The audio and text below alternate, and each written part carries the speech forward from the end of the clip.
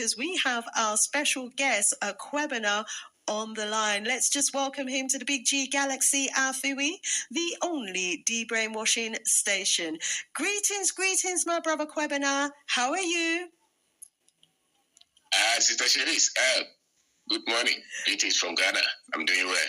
Rise up. And how is Ghana this fine day? We are well. It's cool morning. I'm in my room. Now, being on the continent, I mean, I'm in the UK at the moment, by the way, family.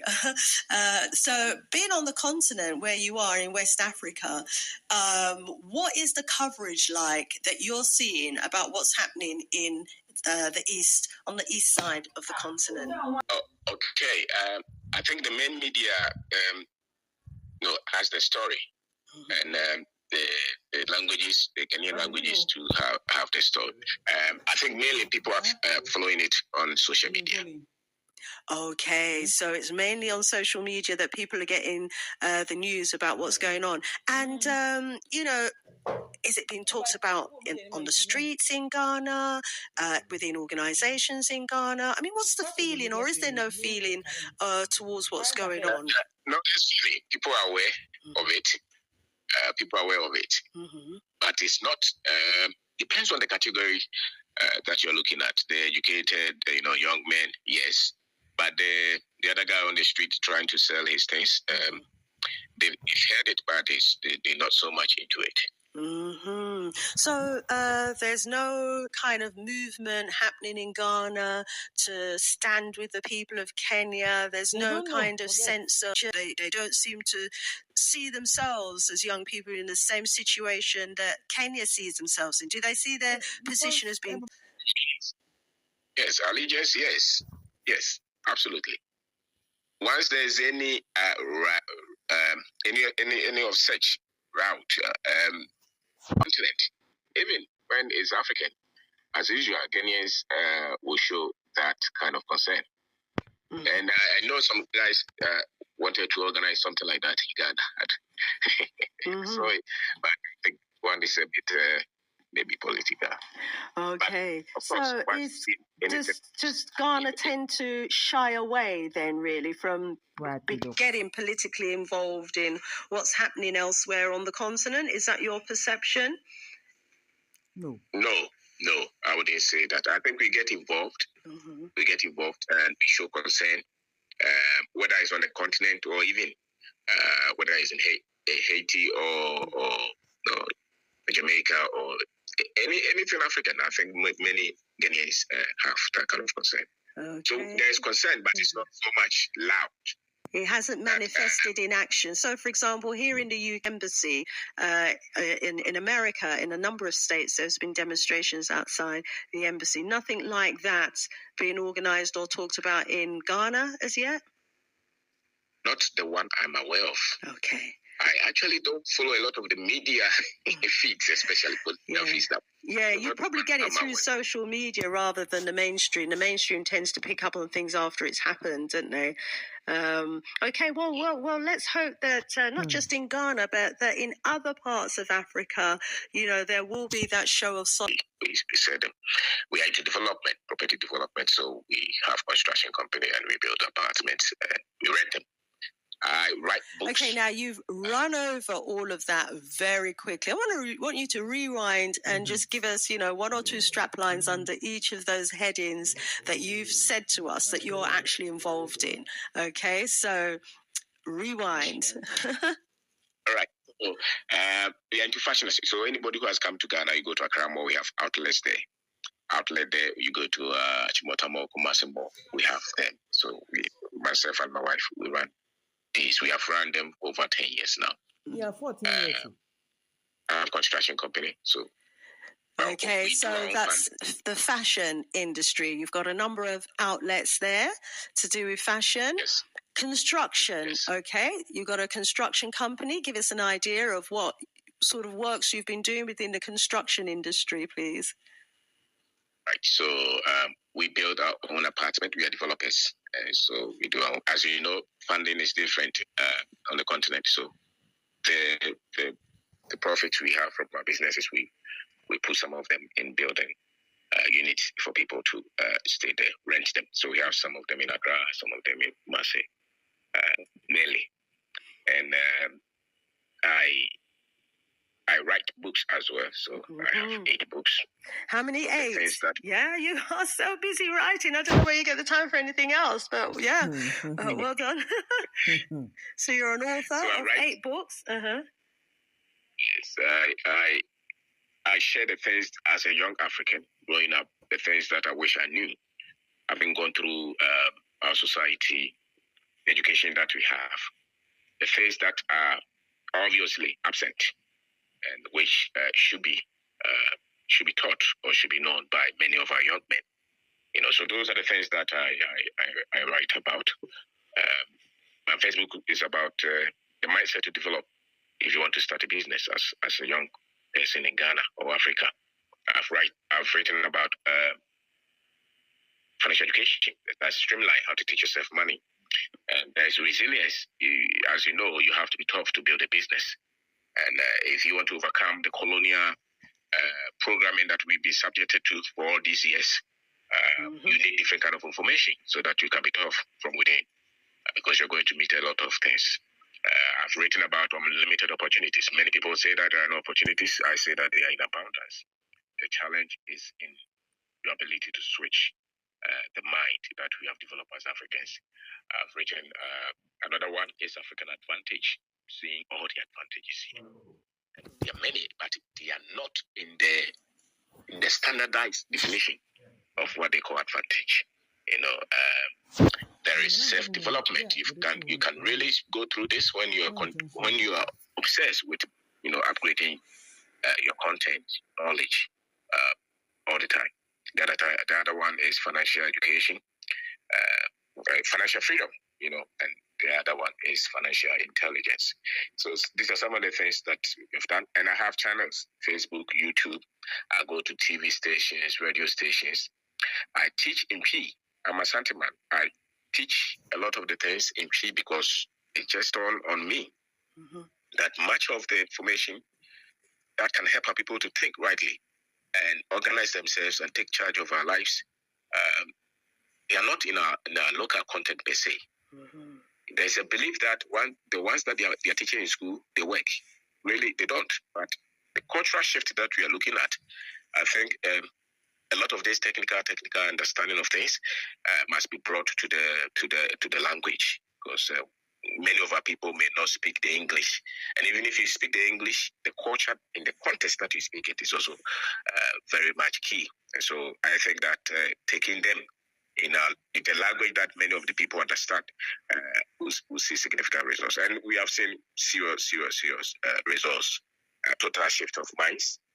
Those who can speak, those who cannot speak, and people taking charge of their own destinies, controlling their finances, building businesses. Those are the results that we are seeing. And those are the things that we are committed to.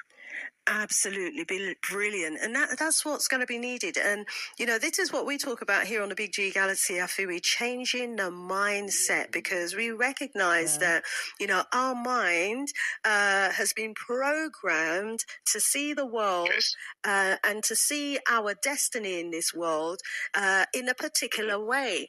And, you know, they have been so successful with that programming because most of us go through school, college and university, like 15 years in a system at least. And in all of that time, we are, you know, tunnel visioned into believing that we need to acquire all these skills just to get a job, a job, just over broke, you know. And, you know, there are people with PhDs, masters, and all the rest of these high-level qualifications across the continent of Africa with no jobs. And, you know, they feel that they're an absolute failure because they haven't managed to get a job. And some will go to perilous lengths to try and reach, you know, greener pastures to get a job. But what you're saying is that you need to change your mindset, look within, and then think outside of the box and see the opportunities that are there in abundance. So let's home in, shall we, on one or two of your books and your titles. There are so many. Let me start with this one: financial intelligence, achieving financial independence, investing and building wealth in our culture, financial systems for financial freedom. I'll just read the paragraph here that you sent me. It says, it takes making intelligent financial decisions to gain financial independence. What a powerful opening statement there. It takes making intelligent financial decisions to gain financial independence. So clearly, you know, what your work is all about is trying to free up our people from the system so that we can become financially independent.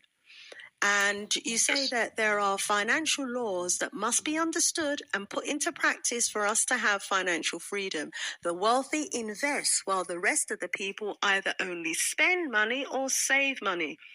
We're going to have to talk about that because people think saving money is the way forward. But you're saying, it's not about saving money. It's about investing money and making intelligent financial decisions. Financial freedom comes from investing the money that comes to us in income-generating assets, vehicles that continually bring money. Systems are prudent. And when you say vehicles, I know you're not talking a car, because the minute you buy a car, that's a liability, not an asset. So, you know, so we know you're using vehicle not in its physical term there. Systems are principles that make things happen. Systems are processes that work together to bring certain results. The world runs on systems, and wealth creation takes systems. It takes financial intelligence to understand financial systems, and those who understand financial systems easily achieve financial freedom. Culture is an educational system. It becomes very challenging to see wealth in your culture without a proper understanding of your culture. Once your sense of history is wrong, your education becomes limiting. Don't leave money idle. Find a way to grow the money that comes to you. The way to multiply money is by making money work for you in tools like businesses and investments. So I think, family, that helps us to see why, you know, our guest has so many different businesses. Over to you, my brother. I want you to elaborate on that opening piece of your works, one of your books I've just read. Thank you. I wrote Financial Intelligence just the other time. I do seminars in Ghana as well. So the financial results that we have, if you look at your financial situation now as an individual, they directly reflect the kind of intelligence you have on money or on finance. Intelligence is a combination of the knowledge that you have and the skill set that you have built out of that knowledge, which means that when a problem to be solved, the intelligence level of the people involved prove the level of problems that we solve, or the quality of problems that we solve. And that takes a lot of understanding in terms of systems. The world runs on systems. The creator, even the universe, is a whole complex system. The human body is a system. Mm-hmm. Everything that we see around is a system, one way or the other. And so the problems that we see, they are also systems. And as Africans, if you look back, we've been at the sacrifice of this global financial system. And what we see in Kenya is just a direct reflection of that. Mm-hmm. That the whole continent, in Ghana, for instance, when you're there, those in America, I don't hear them say that the dollar has gone down so that they are. That's a whole complex system that is creating poverty towards a whole generation. Now, if you don't understand the system, you will just sit back and say that, it's because these guys are wicked. There's little that they can do if you look at the complexities. Of course, we can fight. Based on the inheritance, what we have gone through as a people, and where we are, the structures, the political structure that we have, the legal systems that we have. You look at if you come to Ghana, the legal system is basically an English system. Mm-hmm. But how do you develop a system to govern the people when their culture is not involved? They did not develop these systems to handle their own situation. which means that somebody has superimposed these things so that they can continue to keep you at a level that they want you to be kept. And so when it comes to finance, it's the same. And that is why the interest rate in Ghana has been double-digit all these years. Since the day I was born, I've never heard of single-digit inflation in our country or interest rate, which means that if you want to create wealth in Ghana and you use those fiscal system, it's colonial. It's very difficult for you to do well. Yet, majority of our people are sent through an education system that tells them that this is the way to build it. That's why many of our people who have gone through school. So if you come to our society, you see that the graduates, the PhD people, the engineers, the doctors, the accountants, when they complete school, they are waiting for help from the government because that is what the education gave them. And those who didn't go up to secondary school level are the ones doing the farm or doing farming or selling or building something for themselves. So if you strike an average, you see that those without degree have been able to take care of themselves better without anybody giving them job than those that you have pushed through school, which if you take the government job from them, they have nothing. You know, so it depends on your understanding. And I say that, okay, I have my grandfather, my mother's father, he never stepped to any school. He was not in any classroom. He did not speak this English. He had a track, tipper track. So when I was young, I saw him. He was stuck by his son on one of his lands when he was around 80, 90, that he could not do anything. It was one of the sources of income that he had because he was selling the sand that he packed when his truck was working. This was the co-farm. This was somebody who had orange farm. He had goat. He had sheep. And he never stepped. He had a grandfather who was a trained teacher. He didn't have anything. I'm saying that to say that the information that you need to control your finances and to have financial freedom is not in this kind of education structure that we have. Basically, job. And if you don't have financial freedom, you really don't have freedom. Because the one who has financial freedom is the one who can say that I'm not going to work for the next 2 years, 3 years, and is to be able to live. And many of our people cannot do that, especially those on salary. Why? Because the information to create that freedom is being distant from them or distanced from them. Yes, so true. And you know, from our perspective on the Big G Galaxy, for me, one of the reasons why financial freedom is so important is because it then frees you up, you know, to do the work that we need to do towards elevating our community and uplifting our people. You know, if you're tied to a 9 to 5, basically you're giving all your time, all your skills, all your talents to that employer and that institution, which is probably the same institution, you know, that is crippling us as a people. You know, it's like we're, Dr. Abu would say, complicit in our own galleys. You know, we are putting the noose around our own neck, and then another one of us is removing the trap door, you know, because it's a job. And that's what our job is telling us to do, you know. But if you have financial freedom, then, you know, we can turn our backs on the Eurocentric system and we can begin to develop ourselves, our people, our nations in its own cultural way. You know, these countries. So, you know, what we're talking about here on an individual level is also equally true on a national level.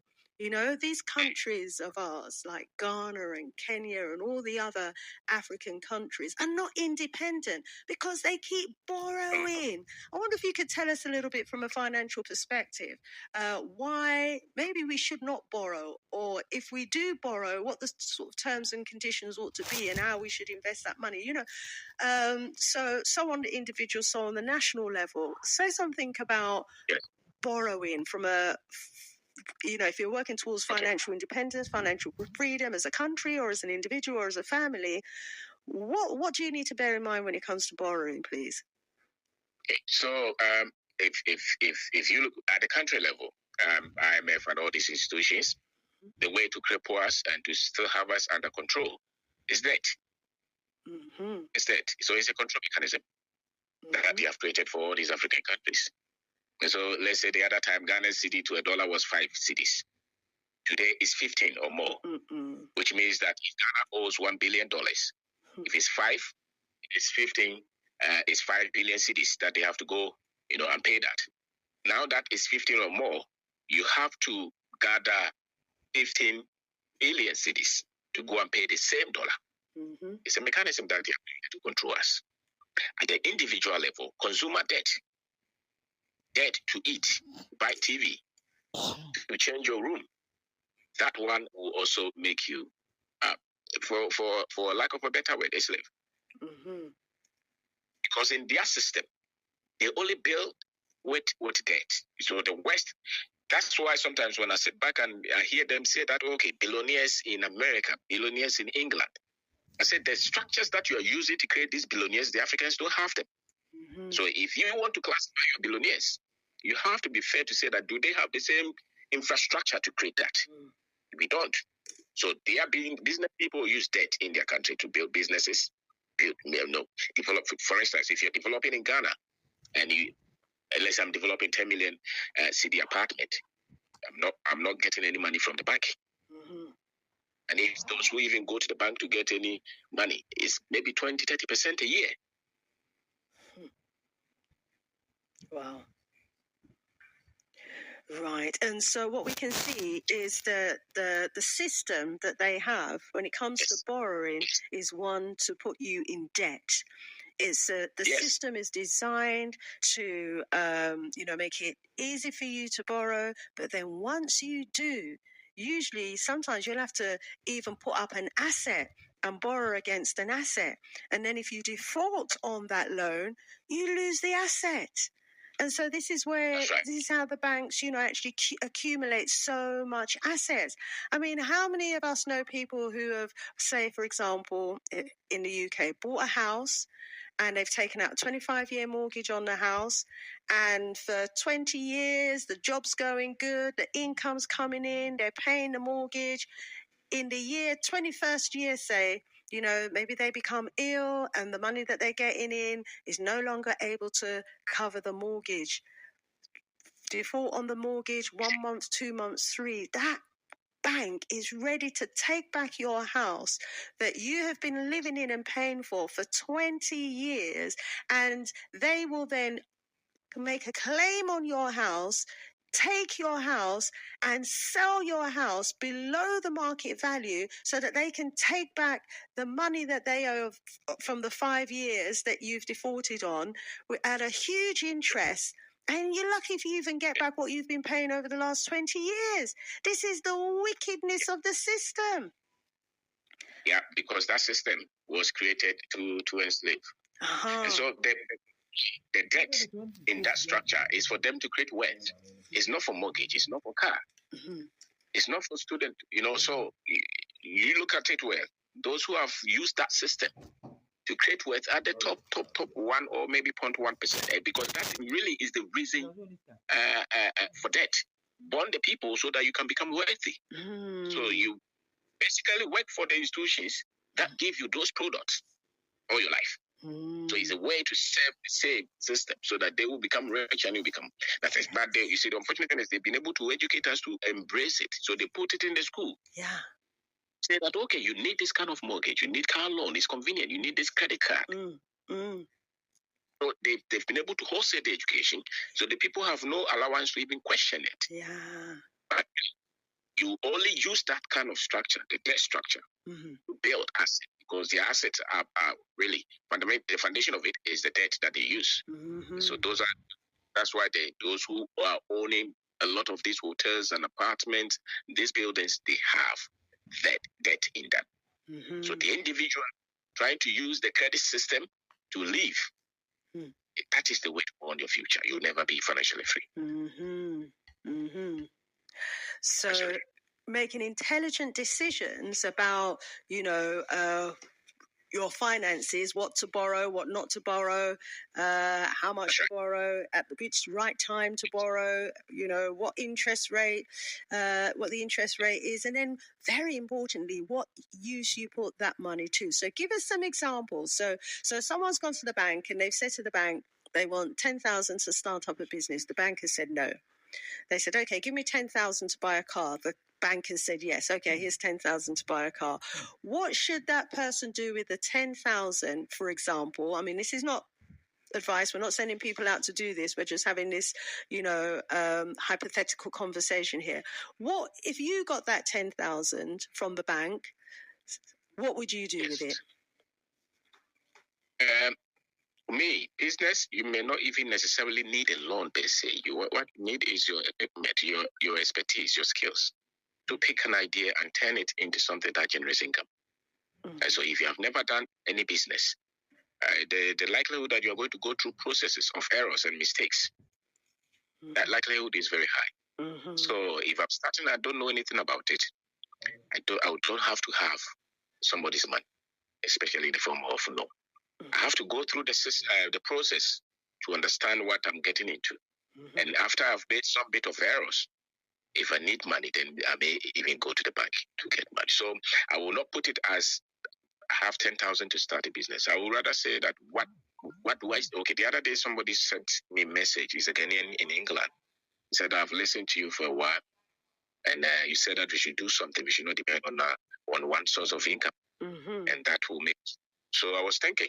So he identified an opportunity. He saw that there were no taxis in the area that he was. So he pulled something. And he and his partner have been able to start a taxi business.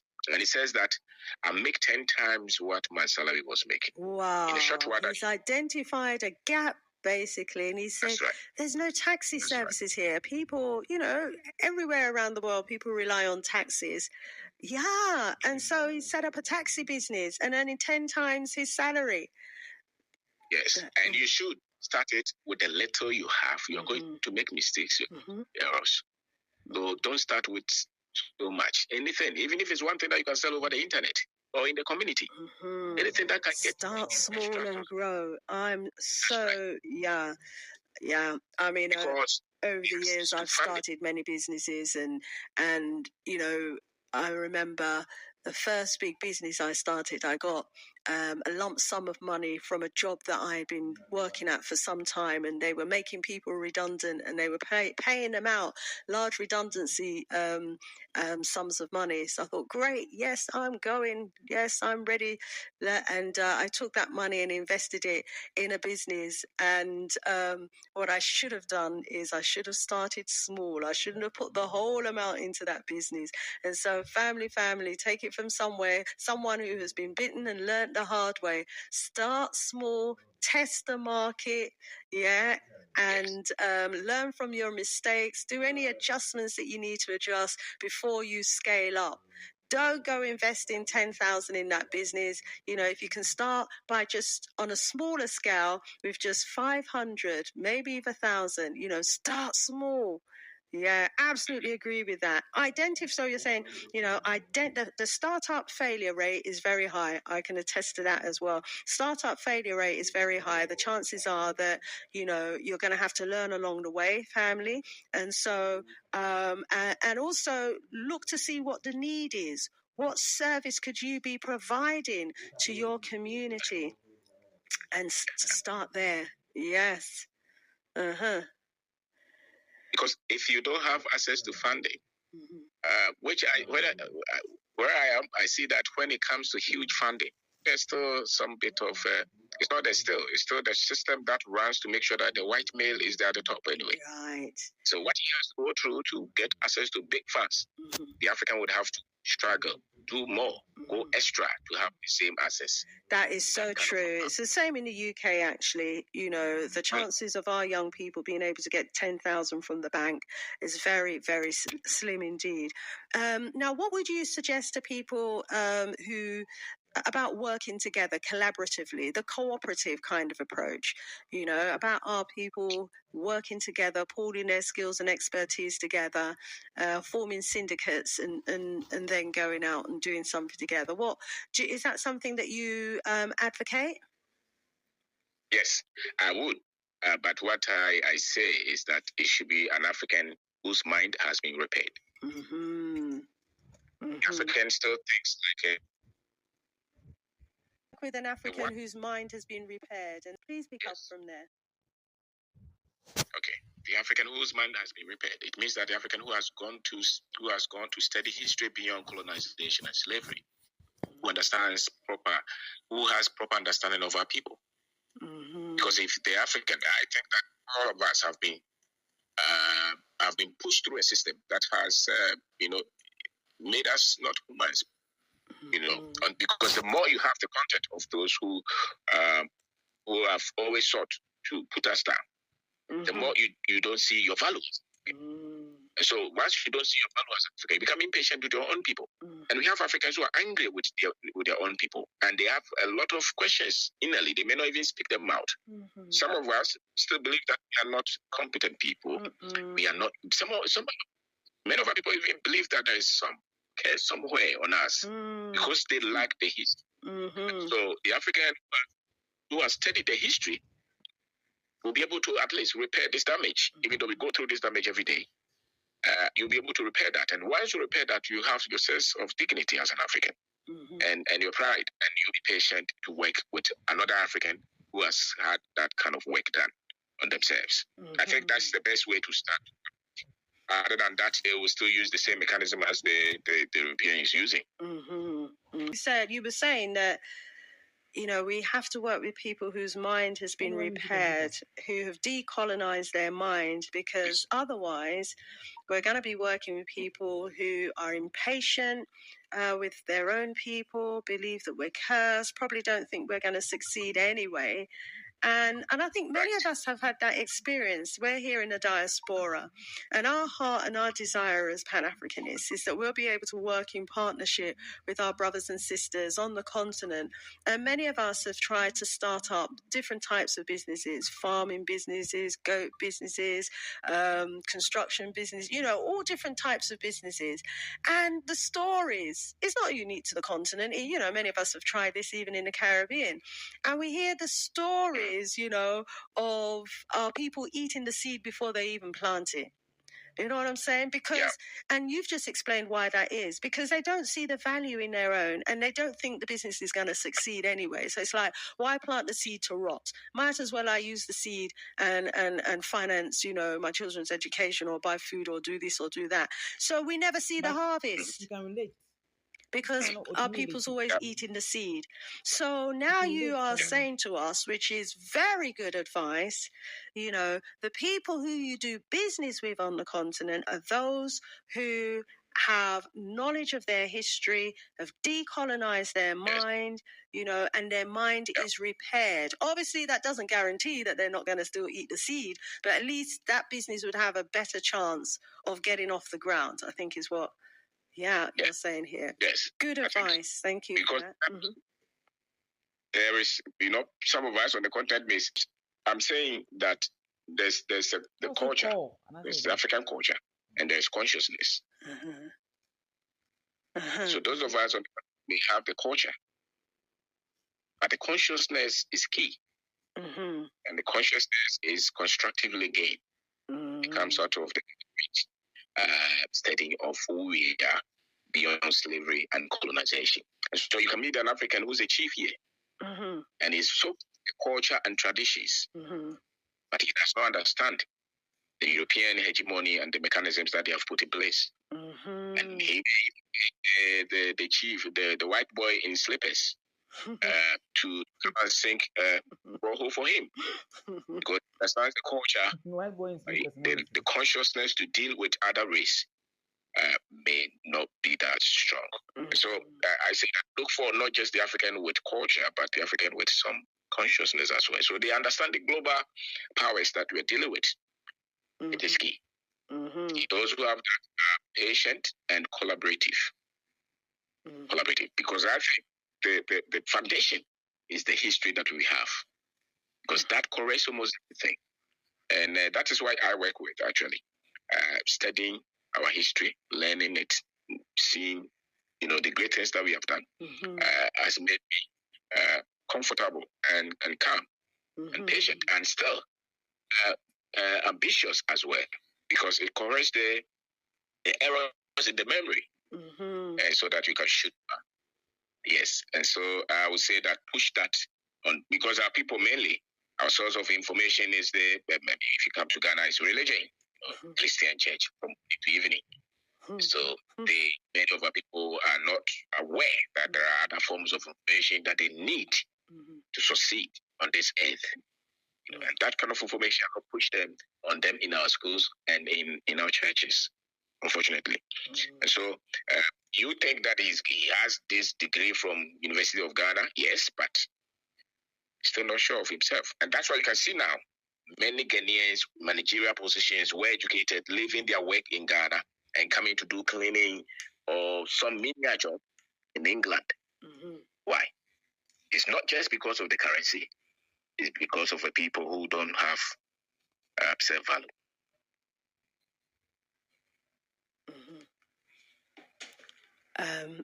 Yes. Okay. Yes. Yeah, absolutely agree. We have to make sure that, therefore, that we do more work on the ground to find the people with that level of consciousness, or do the work.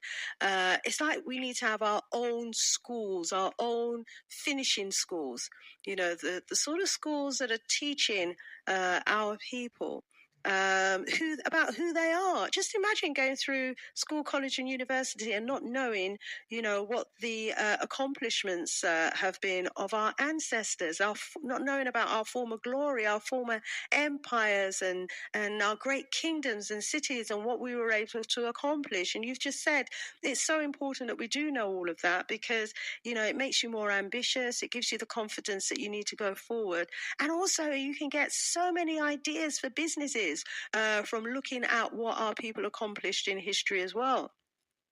So, for example, today, most of our people are just digging out, they're just doing the mining, they're digging out all the minerals, putting it on trucks, and it's all going abroad where it's being refined, and then it's coming back to us at, 20 times the price.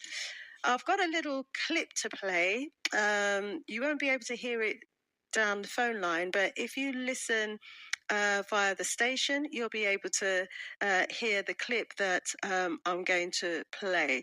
Do you want to quickly try and get an earphone in so that you can hear it via the station? Yes, I'll do that. Okay, that's great. And then come in afterwards. This is something that I just posted last night on my TikTok channel, and it's how to make Africa great again. Let me just play this clip. We've been focusing on development the wrong way. It's not about, our wealth doesn't lie under the ground. Our greatest resource has always been above ground. It's our people, it's our brains. And one of the things that all these experiences of living in different parts of Africa did is that it made me very passionate about Africa. And you can't go around the continent and not fall in love with it, right? It's truly beautiful. There's so much potential that we have. But unfortunately, I also became a bit bewildered, because I saw that we had all these people that were working very hard. Every corner of the continent that I went to, we were working very hard, trying to make a living. And in my geography class, I was told that Africa has all these minerals. We have gold, we have diamonds, we have oil, some of the world's greatest stores of minerals. So I couldn't reconcile these two things. Why are we poor if we have people that are working so hard and all these minerals that we have on the ground? I just couldn't understand it. Around the age of 11, I got my answer about why we were poor. We were living in Botswana at the time, in a small town called Senebipikwe. The livelihood of Senebipikwe comes from a copper mine. They mine copper and nickel. And so every year, when you get to grade 6, you get a chance to go and visit the mine to understand what drives this town. So we went to visit BCL, that's the name of the mine. put on our little hard hats, went down and lifted down into the depths of the shaft to see how this copper was mined out of ground and everything. Then as we toured around the mine later on,